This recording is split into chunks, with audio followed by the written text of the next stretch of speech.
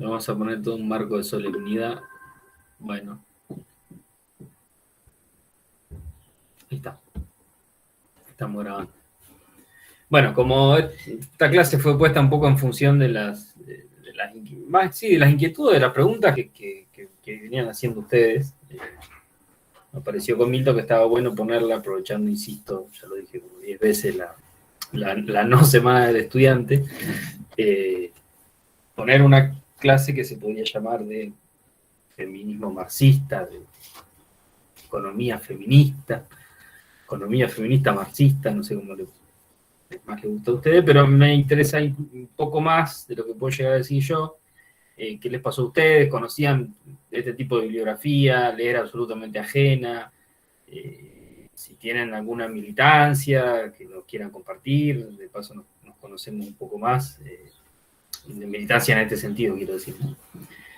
No sé, me interesaba un poco y vamos armándola la clase en función de eso también, ¿no? Vemos cómo nos sale. Si nos empantanamos, bueno, empiezo a hablar yo pero no me gustaría que esta clase en particular sea, porque efectivamente me parece que todo lo que leímos ahí, se ve referenciado, o puede poner ejemplo de la vida cotidiana, o que le pasó, o que lo sufrió, o que lo disfrutó, porque no, digamos, también hay que hacerse cargo de algunas posiciones. Pero bueno, me interesa escucharlos y escucharlas en torno a estas reflexiones sencillas, ¿no? Si conocían, no conocían, qué los interpeló más, menos. Este, eso.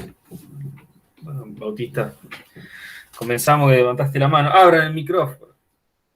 No hay problema si Eh, levantan la bueno, manito. no, por mi parte a mí, los textos, por ejemplo, me ayudaron, digamos, yo siempre he estado, digamos, a favor, digamos, de las luchas, en tanto, por ejemplo, feministas y todo eso. Mi hermana y mi vieja, tipo, siempre están en esa movida, digamos. Y bueno, nada, yo por consecuencia caí ahí y me hicieron ver, digamos, distintas cuestiones que yo no tenía idea.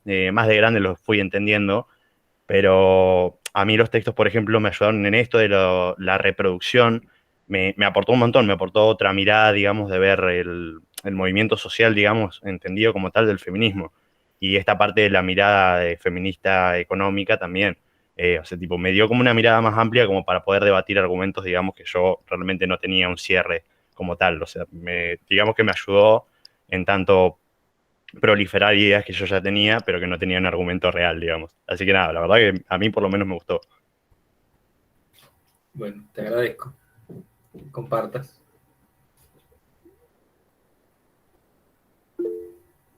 Venga. Ahora levantás la mano, cara dura. No, que por ahí quería por ahí ver si las compañeras por ahí tenían eh, ganas de participar, pero particularmente a mí yo nunca había entrado en textos así. eh, y me hizo como un quiebre hasta qué punto no encontraron límites esta configuración del poder capital dentro inclusive de nuestras casas, de nuestros platos, de nuestras mesas, nuestras familias, nuestras hermanas, nuestras madres, al punto, a ver, yo no voy a poner en tela de juicio, digamos, el tema del amor, el vínculo social que se genera, la red social que se genera dentro de casa con nuestros padres, padre, madre, hermanas, pero cómo termina metiendo la mano el capitalismo para sacar este provecho de eso, ¿no? ¿Por qué desde un primer momento no configuró de que se le pague un salario, por ejemplo, a la madre que tiene esa tarea tan ardua de formarnos? No es la palabra formarnos, porque ya uno como persona se va formando naturalmente, ¿no? Pero educarnos o ayudarnos en el tema de las tareas, o cómo el comportamiento. esas cuestiones. Particularmente yo lo vi muy en mis sobrinas. Voy a ir al grano. Por ejemplo, recuerdo un mediodía que mi cuñado me había invitado a almorzar en casa de mi hermana.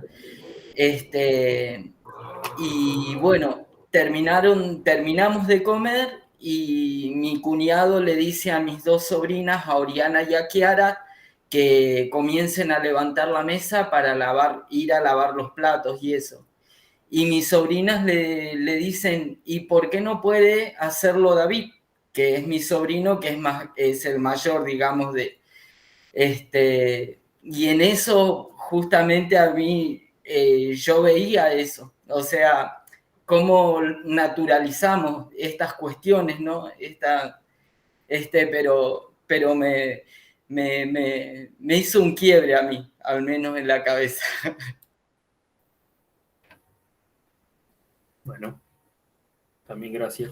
Voy anotando cosas, ¿eh? No crean que cuando miro para abajo no les estoy prestando atención. Pero por ahí dicen, este está mirando el teléfono. Voy anotando cosas para ordenar después la discusión. Sí, uno podría decir, nos forman, ¿no? Un montón de cosas. Nos producen en tanto, van a decir estas compañeras, fuerza de trabajo, ¿no? En tanto mercancía. O las condiciones de empleo. Y efectivamente, yo el viernes pasado, estoy cursando un seminario del doctorado que versa sobre estos temas y demás, y había una discusión en torno a el eslogan, eso que llaman amor es trabajo no pago, ¿no? Y una señora, lo que planteaba es, efectivamente, yo hay cosas que hice, una señora más mayor, ¿no? Ella contó un poco con hijos adultos y demás. Hay cosas que hice efectivamente porque las tenía que hacer, porque parecía que, ¿no? Las tenía que hacer, y hay cosas que las hice con amor, efectivamente, hay. Y la docente decía justamente eso, ¿no? Es que el eslogan no está poniendo en cuestión que ahí no haya amor, ¿no? O sea, nadie está poniendo en cuestión el afecto hacia los hijos o hacia el esposo, ¿no?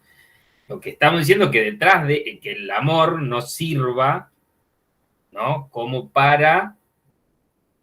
de pantalla para no ver que eso no deja de ser un trabajo, ¿no? Ese eslogan, lo que decía la docente, es no está poniendo en tensión que haya relaciones familiares, amorosas, afectivas. No discute eso. Lo que discute justamente es la utilización del amor como invisibilizador del trabajo, como naturalizador del trabajo, porque además, ¿no? Hay unas condiciones porque pareciera que las mujeres hacen algunas cosas mejor que nosotros. O casualidad en las cuestiones del orden de la reproducción de la vida de la casa, ¿no? Y cómo, hasta qué punto los trabajos también, ¿no?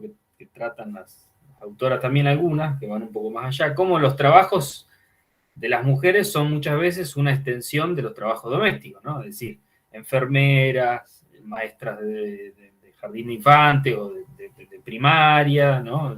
Hoy día uno podría decir que está un poco más heterogenizado en el mercado laboral, pero empleadas domésticas, ¿no?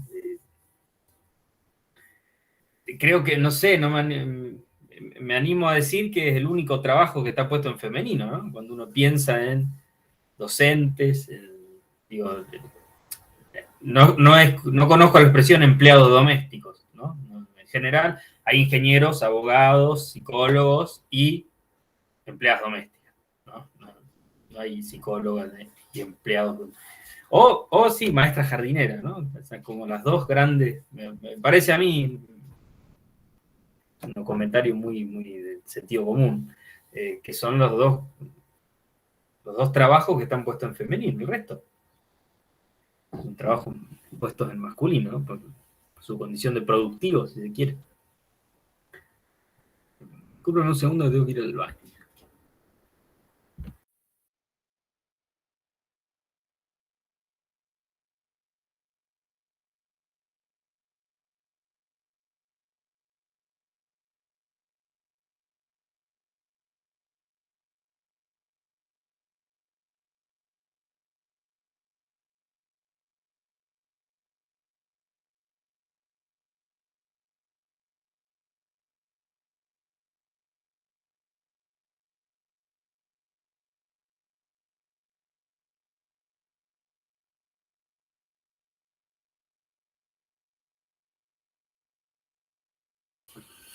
Disculpen. ¿Algún otra que quiera compartir incluso alguna cosa del orden de su vida, como dijo Cristian, con sus sobrinas? No es obligación, ¿no? No hablar la vida privada de nadie.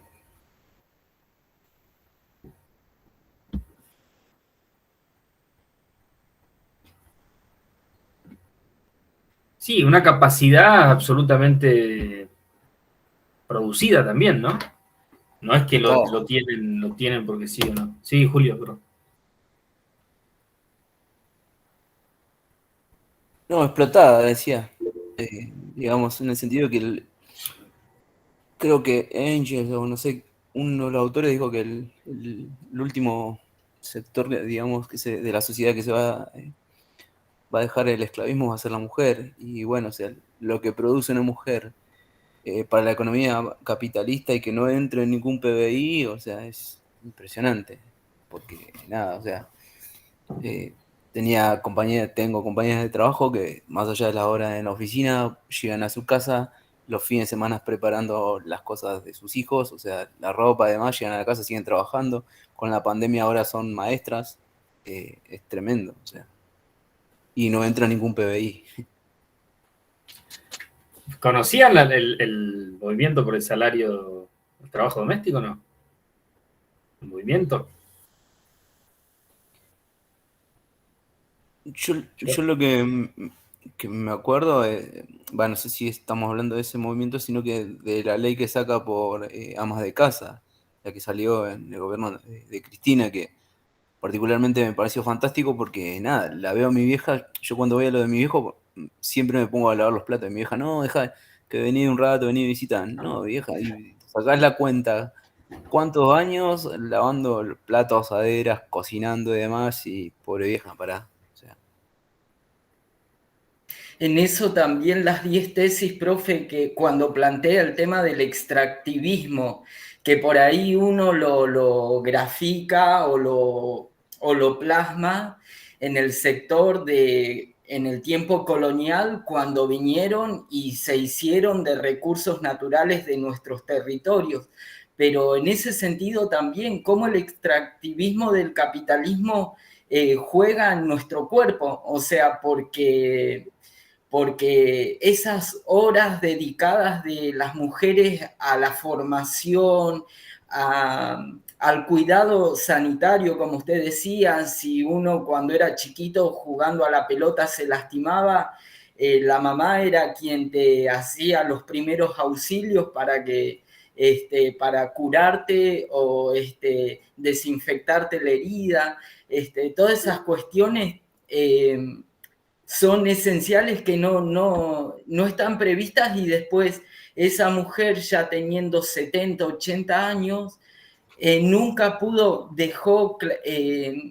bloqueó todos sus proyectos propios como de lo que podría haber soñado ser abogada o algún otro tipo de profesionalismo, por la crianza y no cuenta con una jubilación, no cuenta con un dinero propio para poder proyectarse, no sé, viajar, conocer el mundo o alguna otra cuestión, ¿no?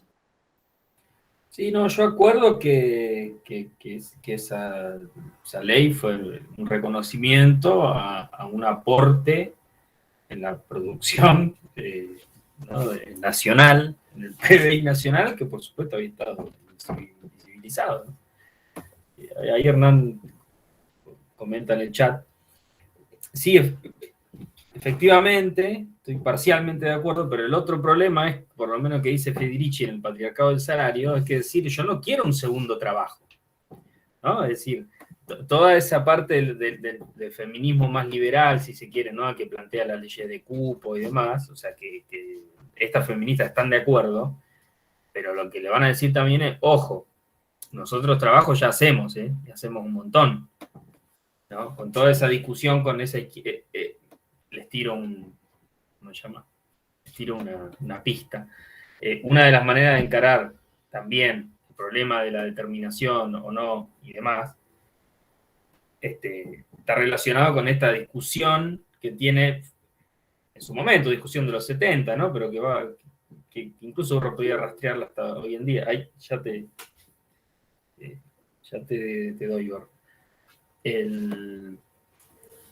La discusión con la izquierda que dice Federici es justamente la izquierda más clasista, o los partidos de clase, que decían a la mujer en los 70, vayan a las fábricas, ¿no? Es decir, el sujeto universal de la revolución va a ser el proletariado, ergo, uno tiene que devenir proletariado, ¿no? Entonces, las mujeres, ¿cuál es la recomendación a las mujeres de las propias mujeres, ¿no? Incluso dice ella, eso es muy homologable al proceso del tercer mundo, ¿no?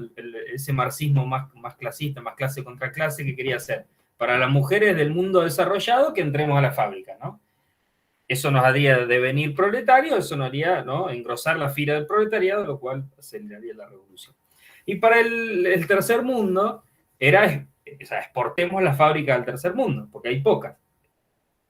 Por el mismo propósito, ¿no? Es decir, que ingrese esos sectores no mercantilizados del todo, ¿no? Que ingresen a una relación salarial, ¿no?, en el tercer mundo, aumentando el proletariado, ¿no? Aumentando el desarrollo. Creo que el subtítulo ya se llama Nos ofrecen desarrollo, ¿no? Que es un poco también la mecha que mete, ¿cómo se llama?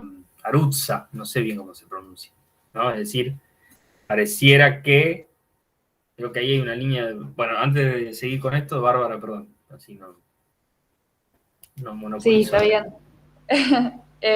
No, que también era justo con lo que estaba diciendo, me acordé de esto de que como tantas veces se plantea que la mujer, para llegar a una igualdad, como que se ponga a la altura del hombre, cuando en realidad muchas veces lo que pasó es que las cosas que, no sé, que a lo largo de la historia hacían los hombres, se fue tomando como la medida universal. Por ejemplo, todo esto de que se fue quedando fuera prácticas, no sé si medicinales o cosas así, o la astrología, que hubo un momento que también era muy practicada por mujeres. Y en otras sociedades, no me acuerdo quién es la que lo habla, como que tenían otro reconocimiento, eran como esenciales para eso. Y ahora con el capitalismo, como se estableció que, o sea, no se estableció, sino que lo que permite funcionar el capitalismo es como la medición, lo estructurado, lo rígido, lo racional. Por eso también quedó fuera todo lo que antes, en otros tiempos, como que era cuestión de la mujer y no era mal visto. Y ahora por ahí la reivindicación se me ocurre la astrología porque es lo que más se ve en las redes sociales. Pero de eso, las prácticas, no sé, como cuando hablan de los chakras y todas esas cosas, por ahí, claro, el método científico es como lo que está ahora, así, el de la medida de todas las cosas, y se espera que las mujeres se pongan a esa altura, como lo mismo que en el trabajo. La mujer en otro momento siempre se ocupó de la reproducción y en ese momento se consideraba esencial el rol reproductivo de la mujer. Y por ahí no tratar de que, como no enfocar tanto que las mujeres se pongan a la altura del hombre, sino volver a darle importancia a las técnicas que históricamente fueron femeninas. Eso fue a mí lo que personalmente más me dejó el texto, que no lo había pensado mucho. Bueno, Daniel, levantaste la mano.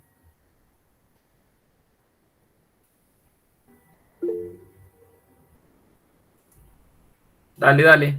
Sí, no sé si me escuchan ahí. Sí, perfecto.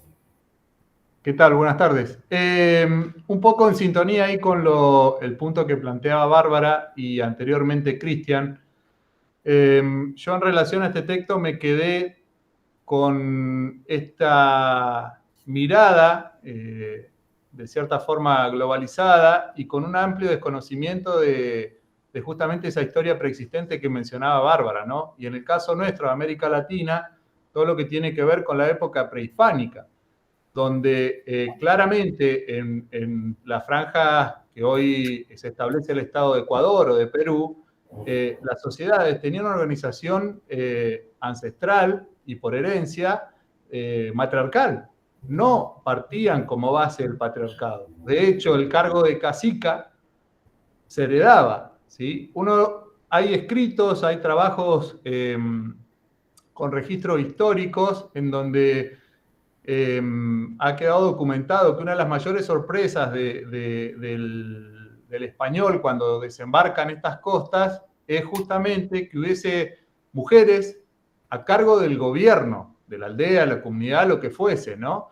Y lo que se fue observando a partir de la evolución fue la capacidad, la inteligencia de esas mujeres para no terminar subyugadas al dominio del español y perder sus beneficios. Esto implicaba, como primera medida, aprender el lenguaje y la escritura para poder interpretar las leyes, ¿sí?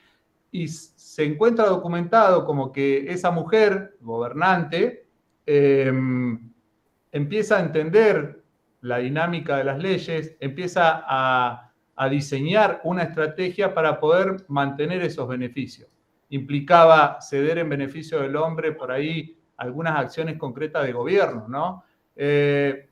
Y un poco lo que decía Bárbara, que yo creo que no solamente se limita al método científico.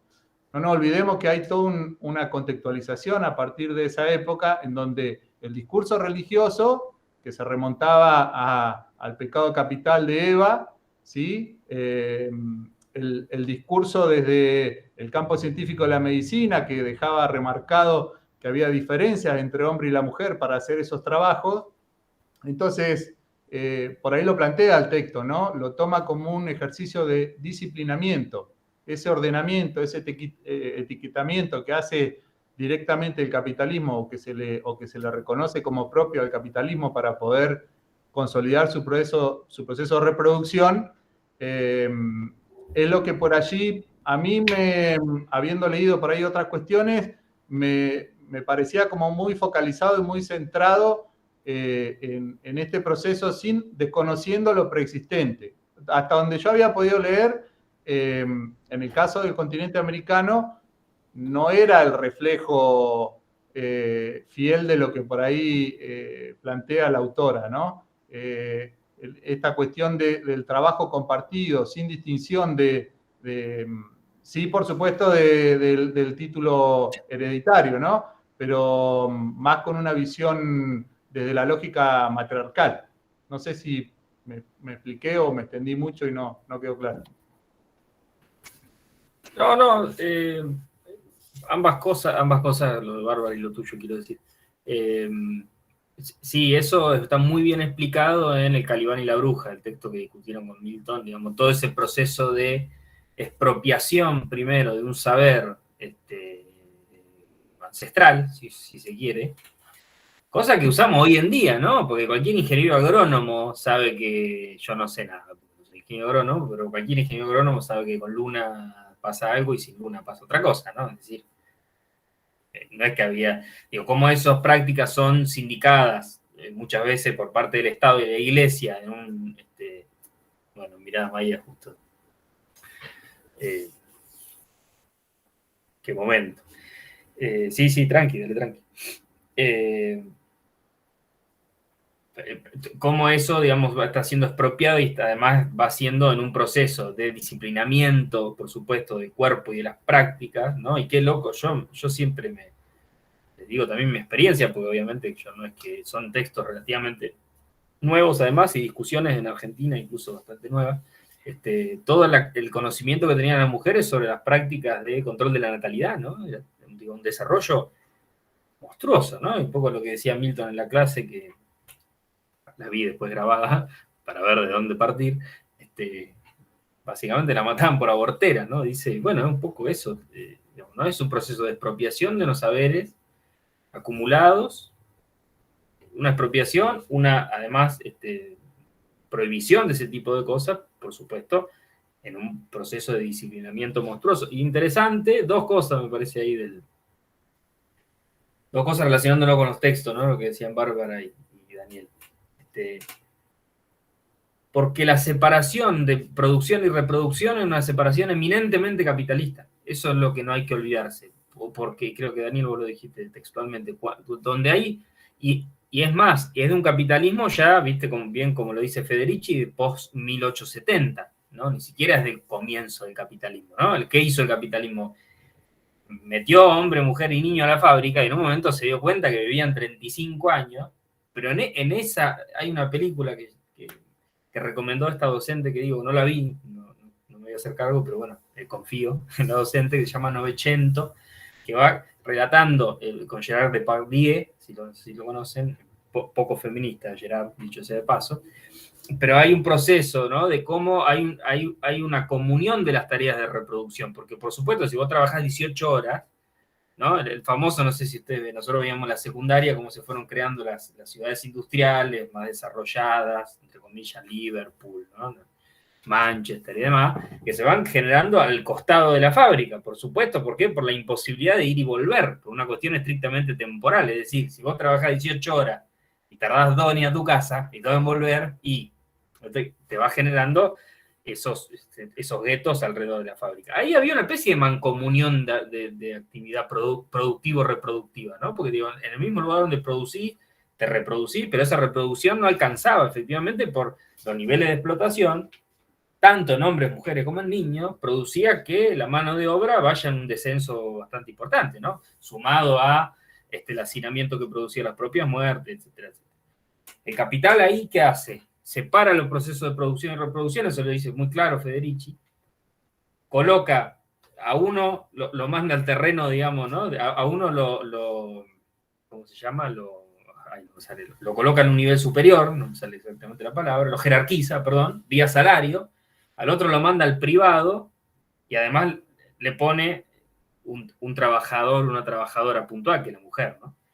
Esa separación es eminentemente capitalista. Por eso muchas veces nos va a costar, o nos cuesta incluso. Les recomiendo además un libro, María Mies, que ella lo nombra, como vieron que nombra cuando dice que estas mujeres de la campaña por el salario y el trabajo doméstico, bueno, estaba ella, María Rosa de la Costa, Fortunati, no me va a salir el nombre, y María Mies escribe Patriarcado y Acumulación a Escala Mundial, un libro que no es tan largo, pero que está muy bueno, como va relatando todo este proceso de una manera más cuentito antropológico, con la densidad teórica importante, pero se lo recomiendo para el verano, no sé si, pero no es un texto de difícil lectura. Y va un poco poniendo en tensión esa famosa idea del hombre cazador-recolector y la mujer que se quedó, ¿no? Todo ese proceso que conocemos nosotros como de proceso de sedentarismo y desarrollo de la cultura, más de Villiquen. Si esto llega a las manos de Villiquen me van a hacer un boquete porque vive siendo el contraejemplo de esto, o el ejemplo de todo lo que está mal por Villiquen. Debe tener además una batería de abogados bastante importante. Gracias.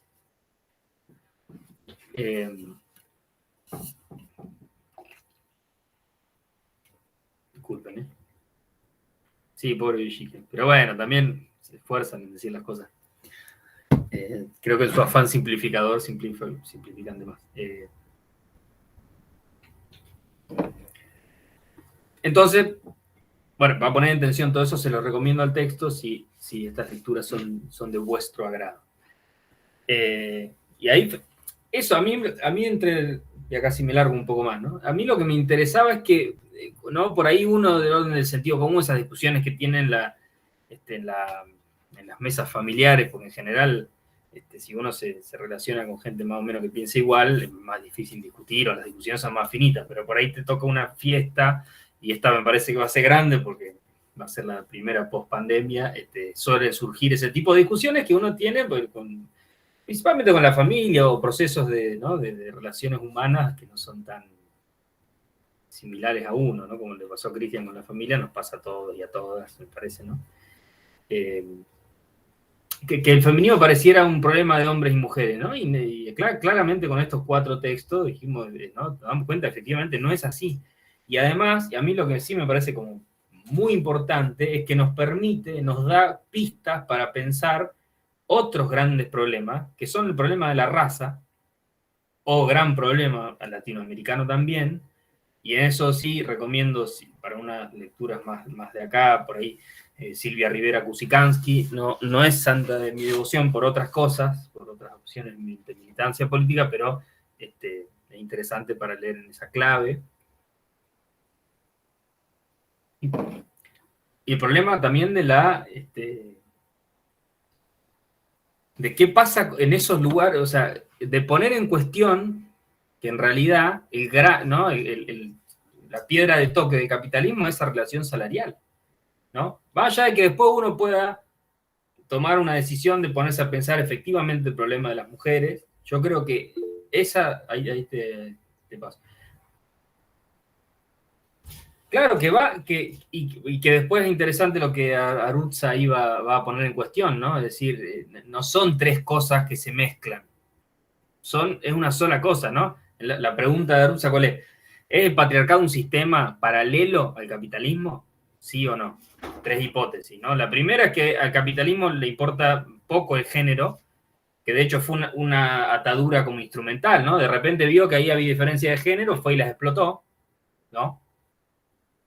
Eso desconoce un poco, me parece, lo que decía Marx, ¿no? Un negro es un negro, es esclavo en una relación social.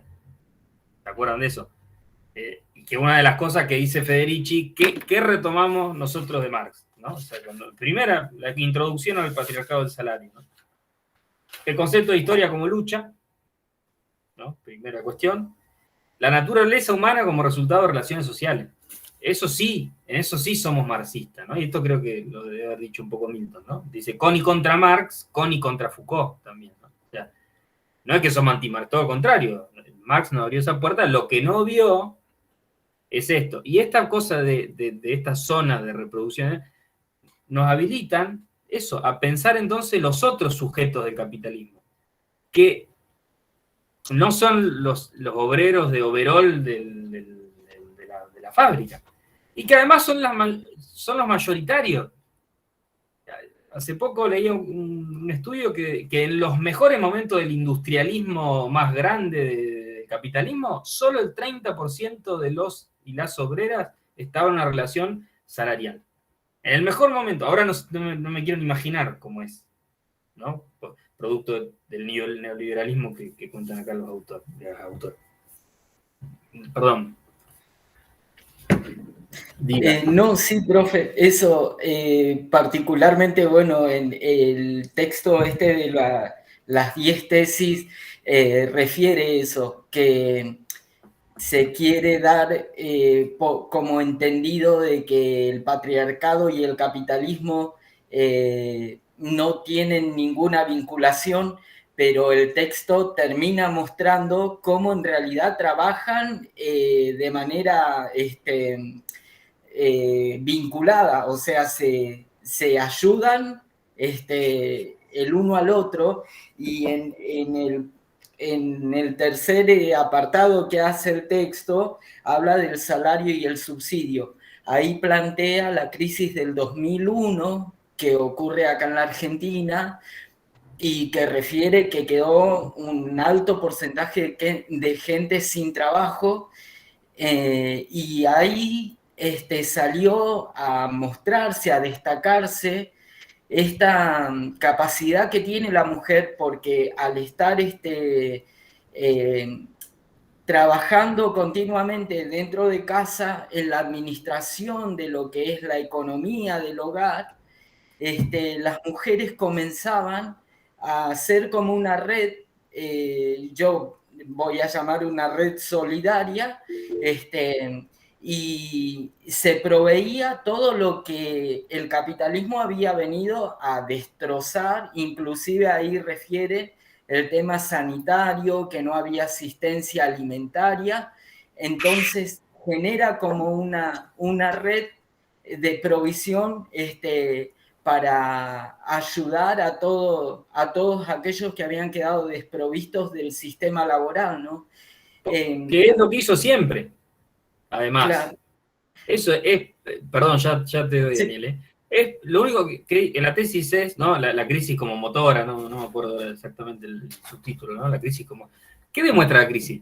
Politizar los trabajos de reproducción, pero que se hicieron siempre. Lo que pasa es que ahora sale a la calle, la olla sale a la calle, porque en los merenderos uno mira y son mujeres, y eso no podemos hacer los sonsos, voy a decir, para no ir subtitular. No, bueno, te doy, Daniel, y después le digo... No, y para cerrar, profe, lo último, bueno, ahí marcan también el tema. A ver, el hombre queda sin trabajo, entonces es como que pierde esa autoridad esa autoridad de que soy el que provee el salario para que se sustente la casa, el hogar. Y bueno, y ahí la autora, marca cómo surgen estas violencias y los feminicidios, porque el hombre no puede concebir de que esa estructura que está tatuada en nuestras culturas a nivel mundial se rompa y que le dé un protagonismo más prioritario a la mujer, ¿no? Sí, Daniel, después comento. Sí, yo por ahí un poco, escuchando lo que planteaba Cristian, esta cuestión si no se pueden entender también, a partir de lo que se plantea en el texto, como mecanismo de supervivencia, ¿no? Por un lado, por la parte del propio sistema capitalista, que tiene esa flexibilidad de adaptarse, porque nosotros, en términos de Marx, su contexto era que el trabajador llegaba a los 45 años con mucha suerte de expectativa de vida. Cuando hablamos de la crisis del 2000, ese trabajador asalariado duplicó la edad, con todo lo que implica, ¿no? Pensando llegar a un tope de edad para empezar a disfrutar de beneficios que van a salir de parte del aporte del capitalista, no de otro trabajador. En un discurso mentiroso, porque el que sigue trabajando sigue manteniendo, reproduciendo esa estructura. Por otro lado, el rol de la mujer como proceso de supervivencia. ¿Por qué? Y porque el hombre, en tanto hombre asalariado, podía llegar a sufrir las consecuencias de la propia represión que quisiera tomar el capitalismo, el propio capitalismo, ¿no? El dueño de los medios de producción podía tomar represalia con ese trabajador. Y lo paradójico de esto, que hablaba Cristian, esto de la naturalización de las violencias intrafamiliares. No nos olvidemos que el feminicidio aparece como figura en el Código Penal de manera reciente. En el 2000, en plena crisis económica y social de Argentina, se resolvían como desavenencias conyugales, ¿sí? Crímenes, ¿se acuerdan? Crímenes pasionales, qué terrible. Exacto, y tenemos casos, ¿no? que han sido de gran resonancia social, el que más rápido viene a la memoria, el tema del caso de Monzón, y bueno, todas esas cosas, pero era como que, bueno, se naturalizaba, ¿no? No se lo contextualizaba como esto. Saqué al hombre, ¿por qué? Porque también el neoliberalismo le dio esa posibilidad al capitalismo, de seleccionar qué mano de obra iba a usar, iba a seguir explotando. Hasta tal edad me resultás útil para incrementar el proceso de acumulación. Pero no que te voy a mantener hasta que llegue a los 65 toda tu vejez, ¿sí? Ahí surge la FJP y toda esta cuestión especulativa. Pero, insisto, por ahí con el punto de partida de mi intervención era esto, ¿no? Se lo puede pensar como esos mecanismos de supervivencia, tanto del lado del sistema propio, que es bien flexible, como de las mujeres que son las que tienen la capacidad de asumir ese rol de supervivencia de toda su familia, ¿no? Bárbara. No, también me acordé ahora con lo que está diciendo Daniel, de lo que hablábamos el otro día, de la acumulación originaria, que es como que se va reactualizando todo el tiempo. Y si estas formas de violencia física contra las mujeres no son también como una especie de acumulación originaria que también el capitalismo tuvo que hacer sobre los cuerpos femeninos. Por ejemplo, se me ocurría, no sé, hace unos años cuando estaba tan, en todos lados, no solamente acá, tan como otra vez resurgiendo el feminismo, empezaron como a aparecer estas plataformas que yo no sé si la puedo nombrar en la clase, la otra vez la nombré, OnlyFans y todas esas cosas así, de volver a vender el cuerpo de la mujer, sino es también como, por ejemplo, esto entre otras cosas, como cuando empezaron a surgir como un auge de los prostíbulos también, como otra forma de volver a una acumulación originaria nueva sobre las mujeres para poder seguir manteniendo el capitalismo. Bueno, varias cosas que comento, tampoco es que yo tenga acá la verdad revelada. Una cosa, Daniel, así medio anárquico, porque fui anotando, yo no diría que el capitalismo elige a qué trabajador explotar o a cuál usar, porque usa a los dos, vis a vis. La única diferencia es que a uno le paga y a otro no le paga. A uno le paga, por supuesto, poco, con todo lo que vos decís, no te voy a mantener, ¿eh? Al otro ni siquiera le paga. Segundo, ese texto, esas tesis son escritas por Verónica Gago y Lucy Caballero, dos autoras, dos militantes además, dos investigadoras. Y muy interesante, otro libro, les digo, porque además casi todos están en Traficante de Sueños, que es una editorial que en general, o los libros son muy accesibles, o están liberados, no lo voy a decir en inglés para no pasar papelones, pero tiene licencias libres, ¿no? Su tesis, que después de bien el libro, se llama La razón neoliberal, y ella va a ir a ver ahí, relacionado con lo que vos dijiste de supervivencia, ¿no? ¿Qué pasa en la salada? Y ahí ella dice, yo encuentro dos cosas, economías barrocas, es decir, lo barroco, no sé, conocen más o menos, yo conozco poco y de teoría literaria sé bastante poco. Lo barroco va como mixturando cosas de distintas épocas, ¿no? Ella lo que dice, yo me encuentro con economías que por momentos parecieran súper financiarizada, con mercado pago y aplicaciones y demás, y por el otro, economías que uno podría decir, así a simple vista, ella no lo dice, son precapitalistas, ¿no? Así, esclavistas. Lo que dice ella es el dato del capitalismo, por ejemplo. Y lo suma a pragmáticas vitalistas, porque dice, también hay una moralización, ¿no? De ella que dice, no, hay una moralización de la salada, ¿no? Decir, no, venden cosas Adidas trucha, ¿no? Tal igual, o bueno, se basan en el trabajo infantil. Y bueno, ahí es la única forma de supervivencia. Y además, recuerden, que estas autoras un poco van a decir que hay un proceso de feminización del trabajo, ¿sí? Cada vez más. ¿En qué sentido se feminiza el trabajo? En dos sentidos, uno más discutible y otro menos discutible, por lo menos para mí. Primero porque cada vez más los trabajos en el neoliberalismo, dicen algunos autores, yo les digo lo que dicen. Por eso, en la salada ella va a ver, relacionado a esto de la supervivencia, que decía que son pragmáticas vitalistas, que son pragmáticas de la supervivencia, que en el medio mixturan un montón de cosas que uno, desde el ojo clase media, que no pasa demasiadas necesidades, puede parecer moralmente discutible, porque efectivamente se mezclan capitalismo de las aplicaciones, ¿no? Con trabajo infantil, con trueque, con préstamo no bancarizado, digo, hay todo como una melange, y ella lo va a ver ahí. Pero ella dice, el capitalismo se parece cada vez más a eso. El capitalismo se parece cada vez menos a, no sé, bueno, decirle una ciudad, una ciudad industrial típica, y se parece cada vez más a la salada, ¿no? El capitalismo todo, no solo el conurbano bonaerense, no. El centro del capitalismo también. Y uno puede ver, ¿no? Digo, uno va a Buenos Aires, va a ciudades más grandes, acá mismo, ¿no? Como hay todo un proceso de mixtura de pedidos ya, con actividades artesanales, con trabajos familiares, con prestamistas de dudosa procedencia, con, ¿no? Sistema de trueque también, ¿no? Perdón, vuelvo. Hay un proceso de feminización del trabajo en dos sentidos. ¿Por qué? Porque el trabajo, yo recuerdan que ya les dije el pasaje del Fordismo, el Toyotismo, dicen muchos autores que ahora se trabaja más con los afectos, ¿no?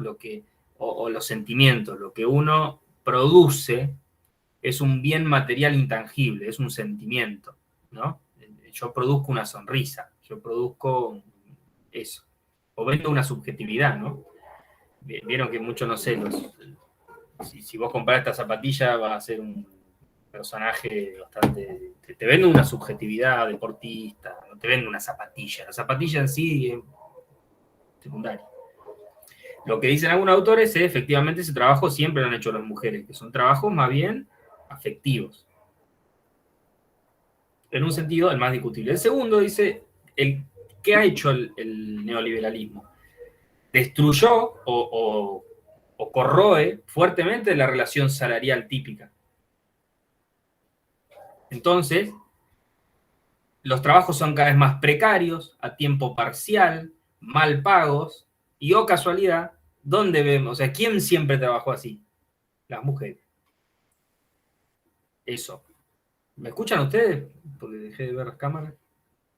Sí, sí, profe. Sí, sí. Y por otro lado, ahí sí yo también reparé en eso que dijeron ustedes, ¿no? Cómo la ruptura del patriarcado del salario supone violencias sin mediaciones, eso es lo que dice ahí Verónica Gago y Caballero. Lo que dicen es, porque el patriarcado del salario, tal como lo establece Federici, es decir, se divide el trabajo productivo y reproductivo, a uno no solo lo hace trabajador, además lo hace ciudadano, porque eso también tiene consecuencias, ¿no? Y lo podemos nosotros empezar a tirarle el hilo y llevarlo hasta la unidad 1. Es decir, los ciudadanos son aquellos hombres, etcétera, etcétera, ¿no? Las mujeres que hacen trabajo privado, reproductivo, tampoco adquieren nivel de ciudadanía. Esa relación patriarcado del salario que supone dos cosas, dice Federici, una mano de obra mejor preparada, porque además justo se da el pasaje del capitalismo liviano al pesado, si se quiere, entonces el proletario tiene que ser mucho más robusto que antes.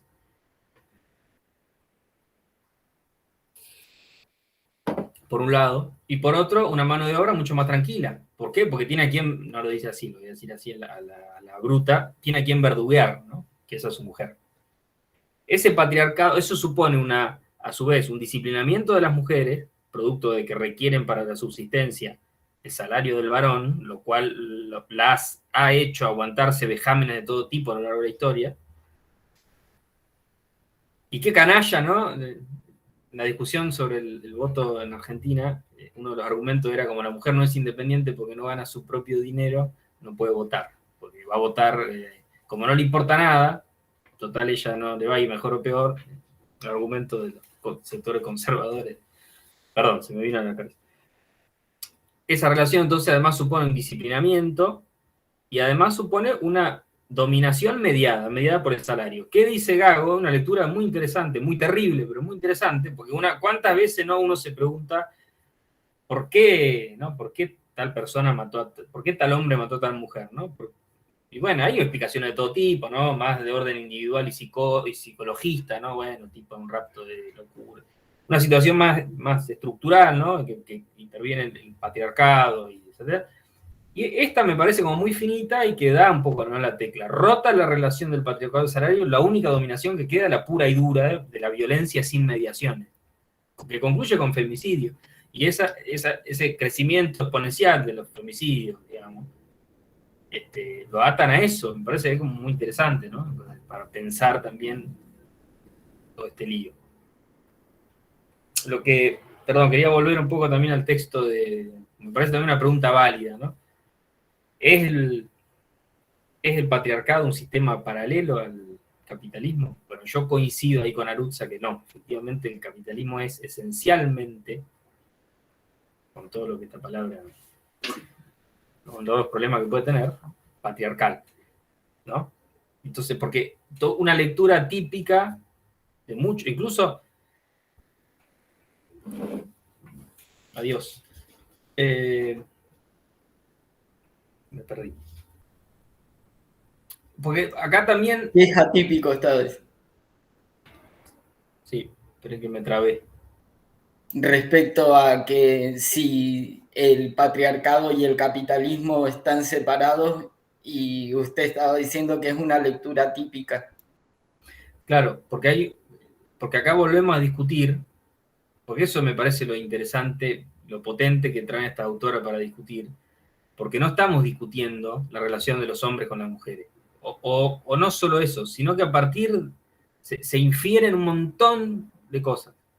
Primero, el gran problema de la reproducción, me parece que ahí están todas de acuerdo, ¿no? Después van a tener discusiones, incluso. Federici pertenece como a un grupo, y Fraser y Arutza a otro grupo, que junto con una autora que es Bhattacharya, sacan un libro que se llama El feminismo para el 99%, también lo recomiendo, digamos. Pero también está la discusión con ese marxismo más ortodoxo, todavía, que digo que podemos ratear la discusión que nosotros veníamos sosteniendo, tratando de leer también, que es un poco lo que nos trajo, ¿no? Digo, ¿qué nos trajo a esto si no era en esa incomodidad con Marx?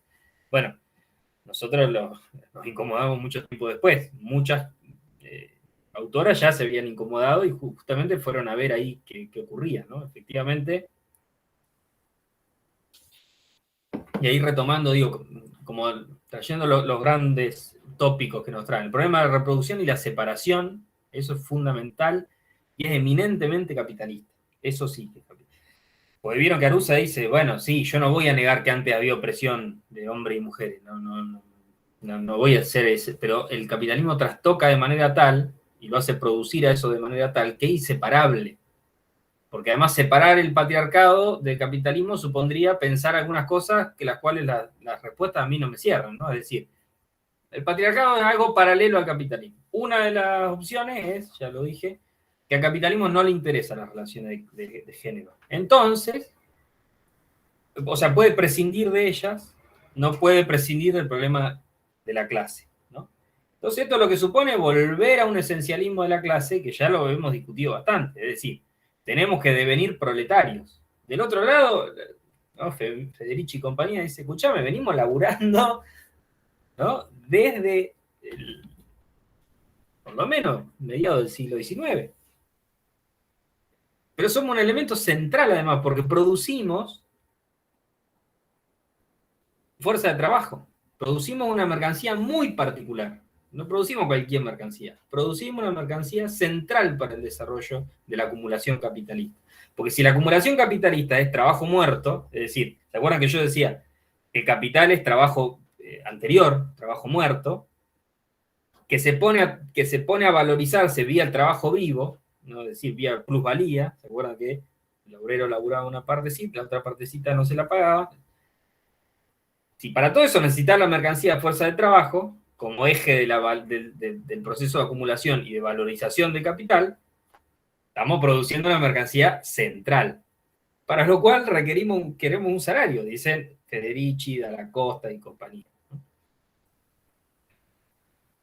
Y también hay otra lectura, que son las lecturas de las intersecciones que se llaman, que consideran que hay sistemas separados, ¿no?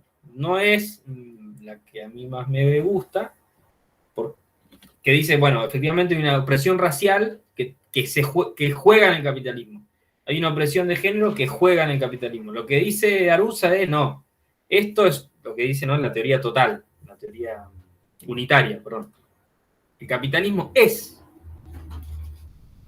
racista y patriarcal, ¿sí? No es que se sirve del patriarcado en algún momento de coyuntura histórica o del racismo. No. Es racista y patriarcal. Y al poner el feminismo esa lupa ahí, nos permite pensarnos nosotros como continente latinoamericano también, ¿no? Es decir, ponernos a pensar qué pasa con nosotros en un mundo, porque primero puso en cuestión que lo central sea adentro de la fábrica y la relación de plusvalía. Ya la puso en tensión. Y a nosotros nos viene al pelo. ¿Por qué? Porque jamás nosotros fuimos un capitalismo industrial, ¿no?, con grandes partidos de clase, organizado en función de la discusión capital-trabajo, y, ¿no? Digo, se nos meten a nosotros los negros, se nos meten los indios, se nos meten las mujeres negras, digamos, afrodescendientes en algún punto, de los pueblos originarios en otras latitudes. Y además el trabajo se parece cada vez más a ese trabajo. Entonces, me parece que el feminismo, las lecturas de la colonia, ¿no? O sea, no. Y ahí también, ya te doy, Cristian, digo esto ya, me echando con lo que decía Bárbara, otra cosa súper interesante que le dicen a Marx es justamente, estoy de acuerdo con lo que dijo en torno a la acumulación originaria, pero lo que se olvidó es que esa acumulación no es una acumulación de una vez y para siempre, ¿no? Es una acumulación constante, si se quiere, ¿no? Que se reactualiza constantemente. Y yo te haría una pregunta ahora al revés. ¿Hasta qué punto la lucha y la posterior ley del aborto no es decirle al capital hasta acá, ¿no? Es decir, puede ser leído como un proceso de acumulación originaria de ciertos cuerpos, yo podría leerlo al revés y decir, ¿no? Ahí hay una extracción al capital, ¿no? Digo, reasumiendo cierta decisión sobre la actividad reproductiva, hasta qué punto no le decimos al capital, bueno, hasta acá, ¿no? Más de esto no te vas a meter. Sí, Cristian. No, profe, coincido totalmente con lo que estaba diciendo usted y esto es totalmente verificable si el capitalismo, que el capitalismo es patriarcal. Simplemente habría que hacer un registro de los mega empresarios, los empresarios que son mega millonarios a nivel mundial y ver qué género tienen, si son hombres o son mujeres, ¿no? Ahí se podría encontrar totalmente la respuesta a esta cuestión. Profe, perdón con lo que había dicho, pero obvio, como que fue una apertura de otra etapa después de lo de la ley. Pero yo creo que el objetivo de la ley estuvo como muy lejos de muchas cosas que se desencadenaron después. Yo creo que una cosa es decidir sobre, no sé, sobre la reproducción sexual y la decisión sobre el cuerpo en tanto integridad del cuerpo, y otra cosa es tomar decisiones que al fin y al cabo terminan siendo funcionales al propio sistema con el que se supone que estamos luchando. Porque en muchos otros ámbitos vemos cómo las publicidades, propagandas o de otras formas como que se nos controla el deseo y las aspiraciones. Y por ahí capaz que en estas cosas también, porque al fin y al cabo se termina transformando el cuerpo en una mercancía también. Y se termina como pisando las cosas contra las que se estaba luchando. Sí, por lo menos dos cosas. Primero, olvídate, entre comillas, de que el capitalismo tiene esa capacidad de reapropiar luchas y devenirlas en valorización, ¿no? Es decir, ahora somos todos feministas, ¿no? Las empresas son todas feministas, absolutamente, y de repente cuanto antes en una publicidad no sé, qué mal lo mío, no me sale ninguna marca de toallitas femeninas, Siempre Libre, supongámosle, veíamos una persona hegemónica que se diría hoy, ahora vemos personas de distintas razas con cuerpos que no encajan con el patrón de belleza, etcétera, etcétera, etcétera. La pregunta es, bueno, efectivamente eso no o sea, siempre está esa tentación. Estoy de acuerdo, pero no por eso, digamos, también, si no, eso es caer como una especie para mí, de una especie de derrotismo, ¿no? Porque ya de antemano, pero mirá lo que, por ejemplo, te va a decir Federici. Nosotros no queremos un salario para que se nos sea reconocidas. Ahí me parece que hay un elemento muy trascendental. Porque dice Federici, uno podría pensar, no lo dice así, ¿no? Vamos a parafrasear, que nosotros queremos un salario para ser reconocidas como trabajadoras. No, de ninguna manera, no nos interesa. O sea, no queremos ser trabajadores productivos. No nos interesa, ya lo dijo Marx, ¿no? El trabajador productivo no es ningún beneficio, sino es una maldición ser un trabajador productivo en el capitalismo. Lo que queremos el gozo es por dos cosas: para tener más tiempo para luchar y por otro para hacer que nuestra incorporación sea imposible, porque supone destruir la propia. Si dijimos que uno de los elementos centrales del capitalismo es la división del trabajo productivo y reproductivo, y la invisibilización y no pago de este último, ¿no? Traerlo, ¿no? Ponerlo en el primer lugar, supone tensionar mucho la relación, ¿sí? hacerle imposible el costo al capital. Eso es lo que está queriendo estas mujeres, ¿no? Que sea imposible de, bueno, podríamos decirlo así, ¿no? Darle un mazazo tal, porque dice, no tenemos ningún valor moral detrás, ¿no? No nos interesa el problema de la moral. Nosotros sabemos que laburamos siempre, no es necesario que venga el capital, el Estado, lo que sea, y pagarnos y decía, bueno, ¿vieron que ahora sí? ¿No? Para decirle digo, me imagino, ¿no? Para Federici no tiene ganas de decirle al marido, ¿viste que yo trabajé siempre? Mirá, acá me lo están reconociendo porque me pagan. No. O eso no nos interesa. Nos interesa que al poner esto en tela de juicio y al tener que pagarlo, que al capital le sea imposible, que seamos tan caras, si se quiere, que la reproducción del sistema, ¿no? Ya lo dijo Milton, que citó a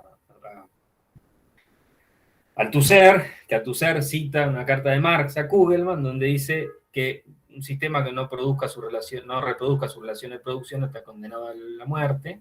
Bueno, que ese costo de reproducción sea tan oneroso que sea imposible. Eso es en última instancia lo que estamos queriendo. Efectivamente, estoy de acuerdo que un montón, pero podríamos decirlo con lo del feminismo, como lo podríamos decir con hace ya mucho tiempo, por ejemplo, Brasil tiene una ley, ahora no sé si seguirá estando o no, pero hace mucho, mucho tiempo, que cuantos más negros pones en una película, menores son los costos de producción de esa película, es decir, menores son los, ¿cómo se llama? Los impuestos que te cobra, no sé, el Estado.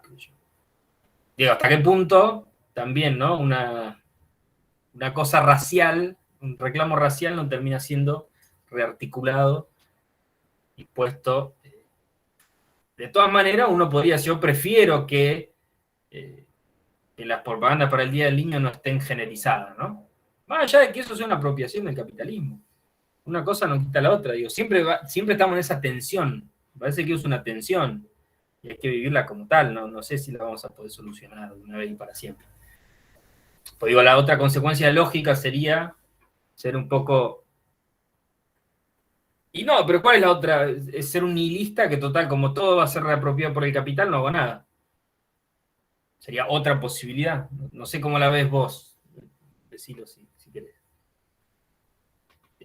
No, yo estaba tratando de pensarla con esto de hacer algo que no se esperaría que caiga, no dar vuelta al capitalismo, sino hacer algo que esté como fuera. Estaba pensando en un ejemplo con esto de lo del Día del Niño.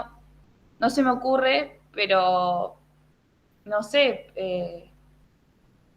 por ahí como padre, qué sé yo, en vez de dejarse guiar por las propagandas, que el chico elija lo que quiera o regalo fuera de regalar un auto a una nena o una muñeca a un nene. Pero no sé, hasta ahora sí creo que darlo vuelta como que tampoco es la solución, porque con el ejemplo que decía hoy de las mujeres, que con esto de vender videos y etcétera, es algo como que el capitalismo para nada le va a decir que no. Y qué sé yo, por ahí creo que tomando partida para la lucha feminista, no desde ese lado de yo decido sobre mi cuerpo, sino de salir a la calle, capaz que es algo que el capitalismo no sabría cómo tomar, no se lo podría reapropiar, creo yo, y es algo que muchas veces no se considera, salvo en grupos feministas muy organizados y muy militantes. Por lo menos acá, no sé, yo vivo no es ni pueblo ni ciudad, pero para las marchas del 8 de marzo, salvo cuando se aprobó la ley del aborto, nada, veías las mismas, literal, 15, 20 caras. Y yo creo que por ahí eso es una otra vía, la lucha. Creo que en las 10 tesis me parece que lo plantea, esto de la acción directa. Sí, Cristian. No, justo en ese sentido, el aporte de las 10 tesis también que da es el tema de la economía popular, porque dice que, a ver, como usted planteaba, profe, la atmósfera del capitalismo es tan grande que es imposible escapar, o sea, para sustentarte te tenés que transformar en consumidor y por lo tanto, si estás consumiendo, le estás aportando un cash para que siga creciendo el capital. Pero planteaba el tema del cooperativismo, el texto, refiriendo a que rompe toda esta estructura que jerarquiza o que termina poniendo posiciones, sino que directamente es una cooperación de todos con todos y con todas, para el bien común de todos y todas, el cooperativismo. Y respecto también a algo que me llamaba particularmente la atención de este texto es cuando dice de que inclusive comienza a ser la destrucción de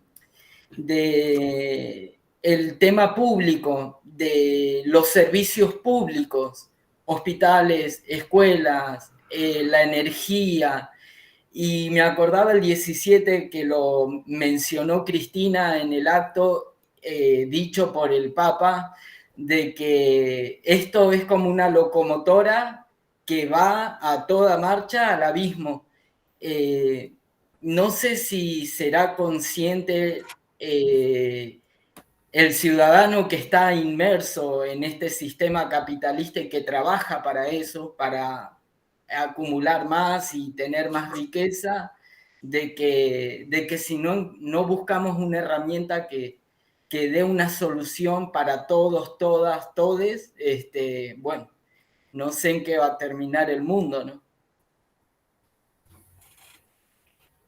Bueno, otro par de comentarios.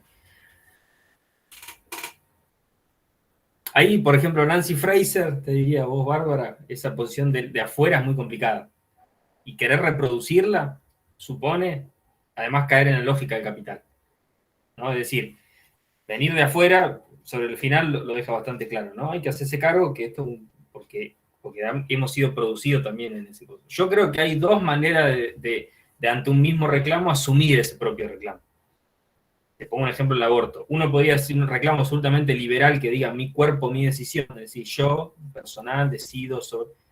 Y después también hay una forma, me parece, de colectivización de esa lucha que dice, efectivamente, yo no quiero formar parte de un cuerpo puesto al servicio de la reproducción. Y no me parece lo mismo. Es decir, el reclamo, si querés, material es el mismo, ¿no? Una ley que sancione la gratuidad y la libertad de decisión de la interrupción del embarazo, etcétera, etcétera, pero hay maneras muy distintas de encararlo, porque además estas posiciones teóricas tienen consecuencias políticas, prácticas muy distintas. No es lo mismo discutir un cupo, con el cual uno puede estar de acuerdo, nadie no va a estar de acuerdo, pero Federici, ¿qué te va a decir, por ejemplo? Eso es tener otro trabajo. En vez de pelear por el trabajo que ya hacemos, que no nos pagan, estamos peleando por otro trabajo. O sea, ¿nos damos cuenta, compañera, lo que estamos haciendo? Te va a decir. Otra cosa, por decirte, de OnlyFans, que vos lo trajiste ya. Federici, no en esta compilación, en otra compilación, que no me puedo acordar el nombre, ella dice que la mujer en una relación familiar hay una relación de prostitución ahí. Digo, hay una puesta al servicio de la satisfacción, ¿no? Y yo no sé, Federici, qué opinará, pero no sé si estaría tan en desacuerdo de eso, ¿no? Que va a haber una apropiación, pero de hecho ya lo hacemos. Eso es lo que diría Federici, ¿no? Entre otras cosas que suponen la reproducción, supone la reproducción más pura y dura, que es la concepción de otra vida distinta, ¿no? Es decir, de otro proletario. Y hasta ahí, ¿hasta qué punto no hay también un trabajo en eso? Digo, y no lo aceptaría, ¿no? Te quiero decir. Lo que diría Federici, no digo que yo esté más o menos de acuerdo.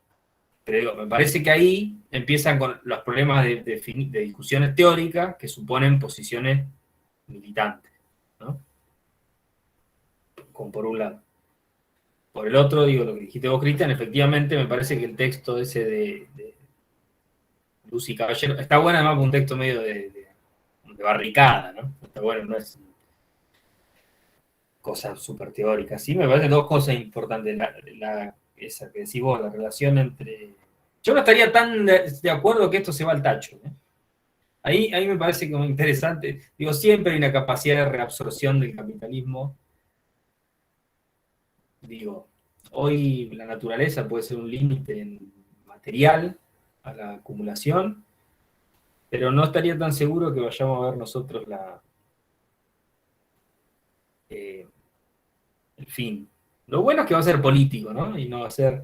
Porque eso me parece otra cosa que insisten todos los textos, ¿no? Acá no hay condiciones, no hay posiciones necesariamente estructurales. Las situaciones en las que vivimos es resultado de la lucha. El capitalismo se haya dado de una manera acá y otra allá, es producto de la lucha. ¿Sí? Que las mujeres hayan tenido mayor o menor reconocimiento, es producto de la lucha. O sea, acá hay una, si se quiere, también, y leyéndolo y tensionando un poquito los argumentos, hay como una primacía de lo político por sobre la condición económica, ¿no? Es decir, si bien la base de muchos de estos argumentos de la reproducción, eso adquiere un tinte político, ¿sí? No es un mero reflejo, es lo que dice un poco Fraser también, ¿no? Es decir, bien, Fraser dice, hay 4 elementos distintivos del capitalismo, ¿no? Propiedad privada o medio de producción, mercado libre, es decir, un trabajador libre, el mercado como asignación de recursos y de excedentes, y se me fue el otro, no me va a salir. Pero eso funciona en un marco, que no necesariamente es, ella si quieren ahí está leyendo esa tensión estructura-superestructura, ¿no? Eso opera en un marco, ¿no? Ese marco tiene ciertas condiciones, ¿no? Producción-reproducción, dice, ¿no? Una cosa, esas separaciones, también está bueno, ¿no? Pensar las separaciones, ¿no?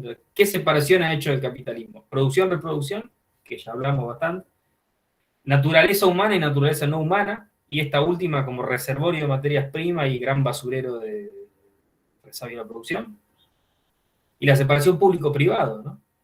Y ahí dice una tesis muy fuerte, el Estado construye el mercado capitalista, ¿no? Como para seguir discutiendo un poco el Estado, ¿no? Ahí lo dice muy al final, yo no sé si cuando lo escribió se dio cuenta de la potencia de lo que dijo, pero dijo eso. Y hay toda una tradición también que va a pensar eso, ¿no? El Estado como productor del capitalismo, bueno, no me quiero meter. Pero ahí se van generando tensiones, internas tensiones, ¿no? Dice, cuando los sectores, no dice así, pero los hippies pretenden bajar y hacerse los anticapitalistas, no, pará.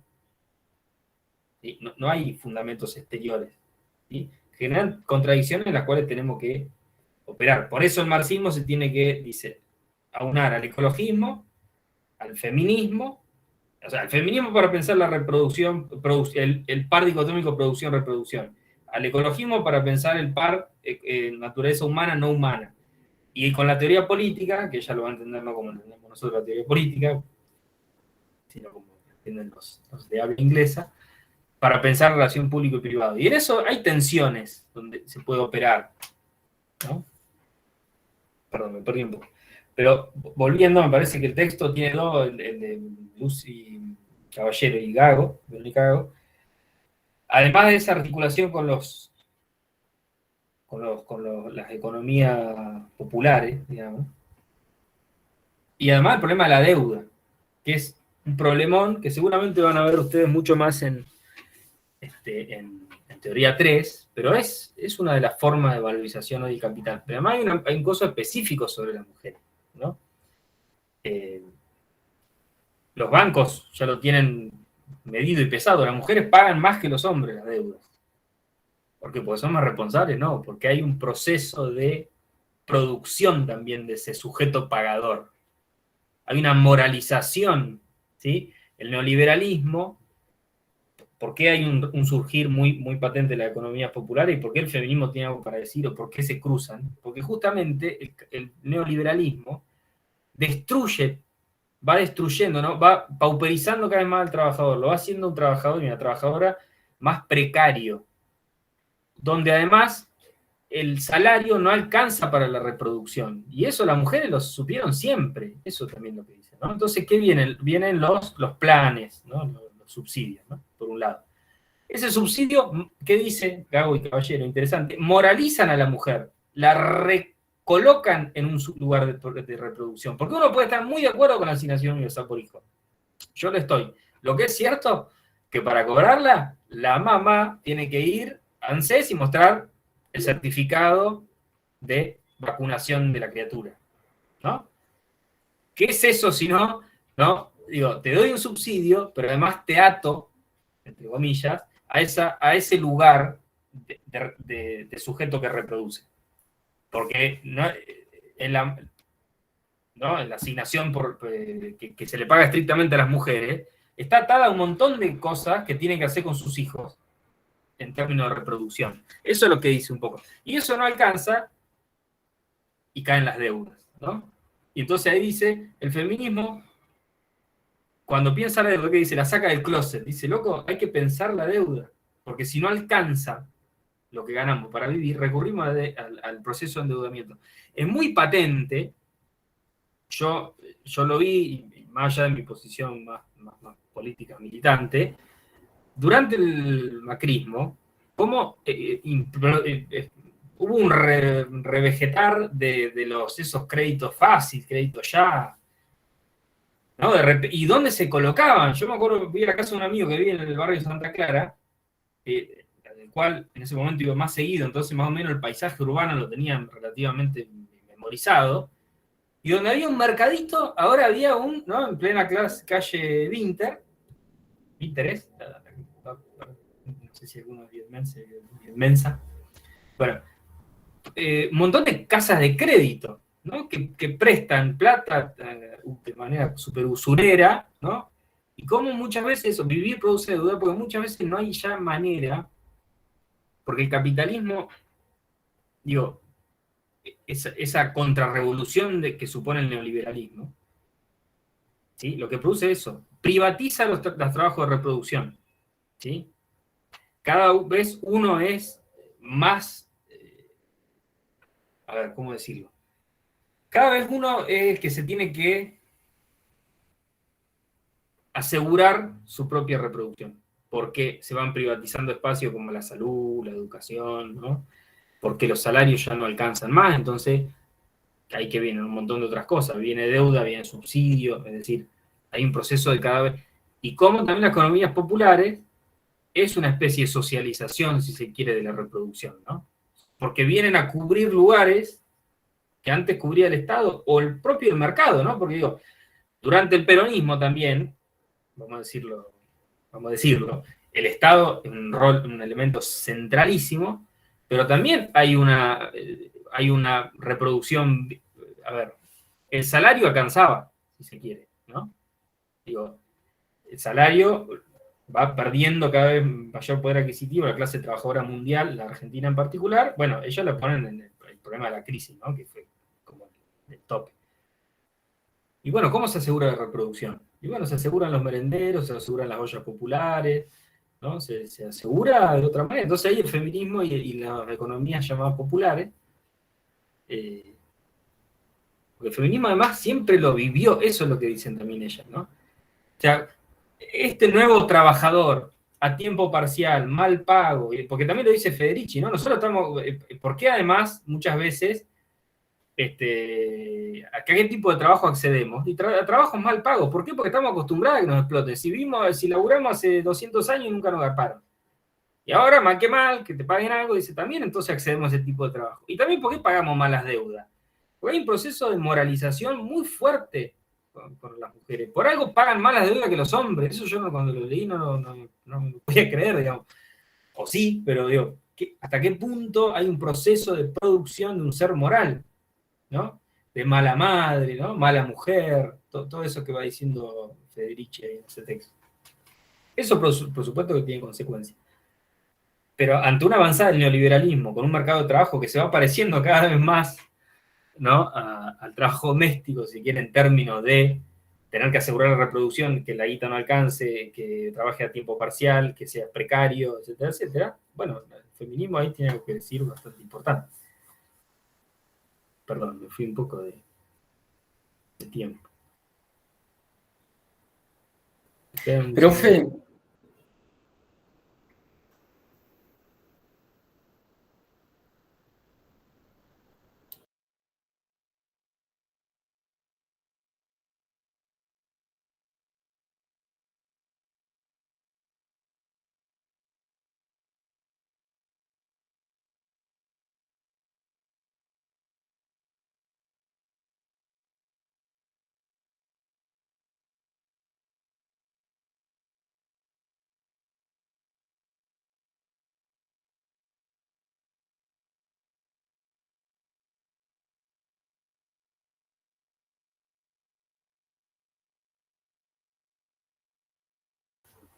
Sí, perdóname.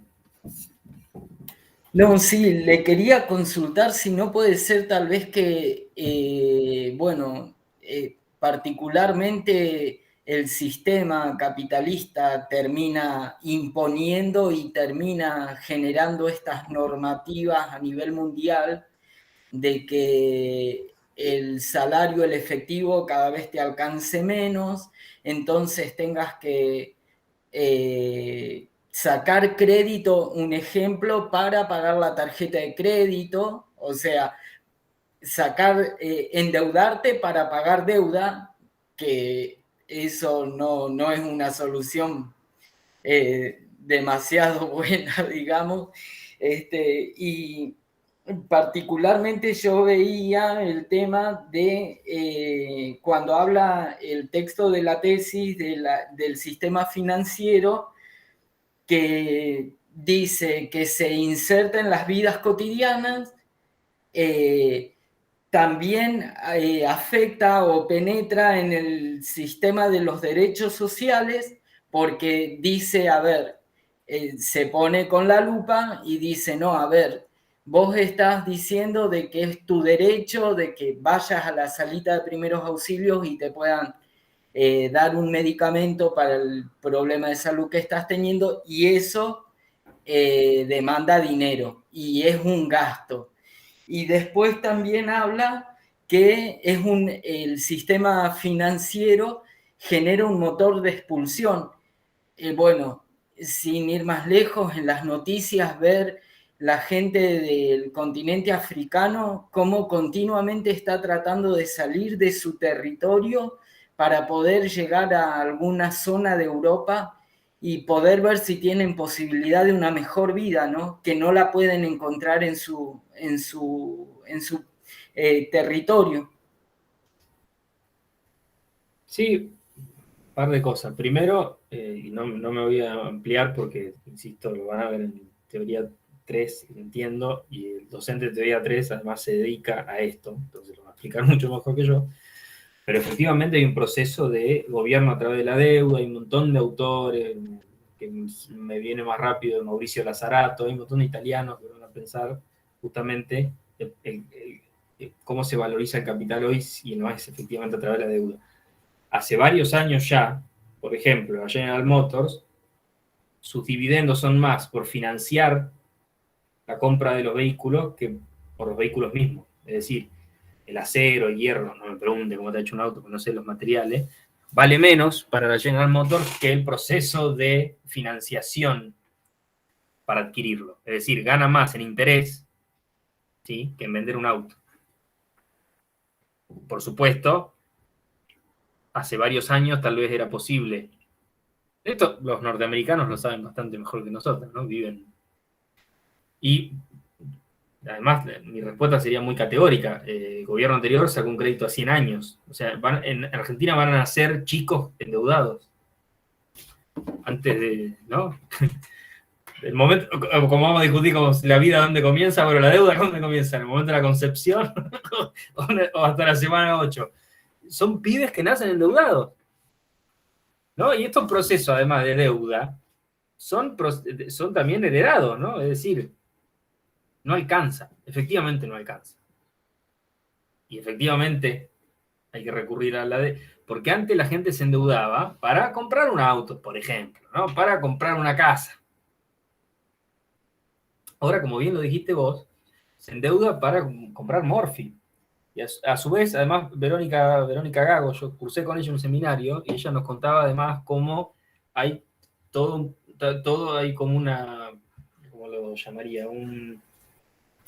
Una estratificación de deudores, ¿no? Muy interesante, búsquenlo. Ellas dos escriben, cuando salió todo este lío de, ¿cómo se llama? De los cosos de la abundancia, ¿cómo se llama? Que vos le pedís guita a 8 personas, esas 8, y después te van a devolver no sé cuánto. La cadena de favores, algo así, puede ser. El coso de la abundancia. Así se llamaba la película. Sí, así se llama la película. No sé qué de la abundancia, ¿cómo se llama? Bueno.